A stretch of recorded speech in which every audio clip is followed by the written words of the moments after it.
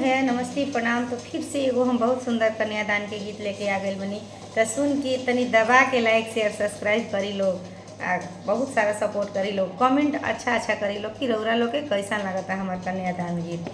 Mummy के यहाँ चरवा धइले कौन बेटी हो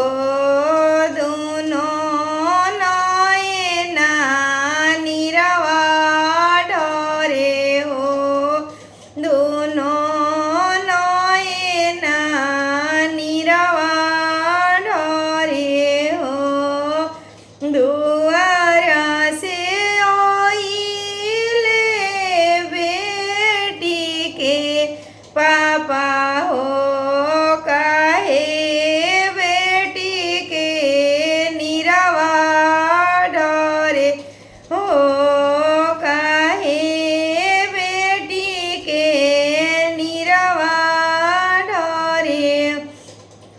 किया बेटिया जन बाजन थोरा भइले हो सर विसवा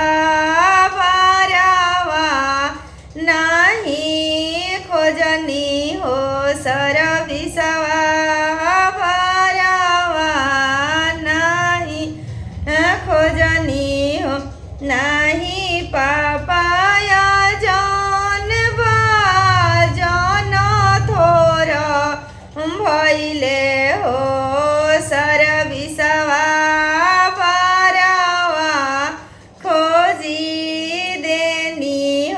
सर विसवा भरावा खोजी देनी हो ते परते पापा भूखिया लगी है हो, कैसे भूखिया ने मर होई है हो, कैसे भूखिया ने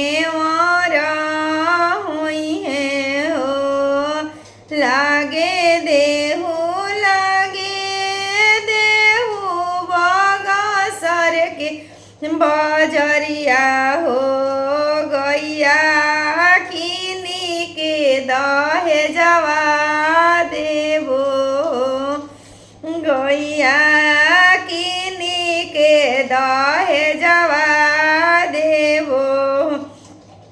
ताही पछवा भेजबो तोहार भैया हो, दूधवा दूही के पियाई दिहे हो, ओइसे भूखिया ने मर होई है हो, ओइसे भूखिया ने और हुई है हो।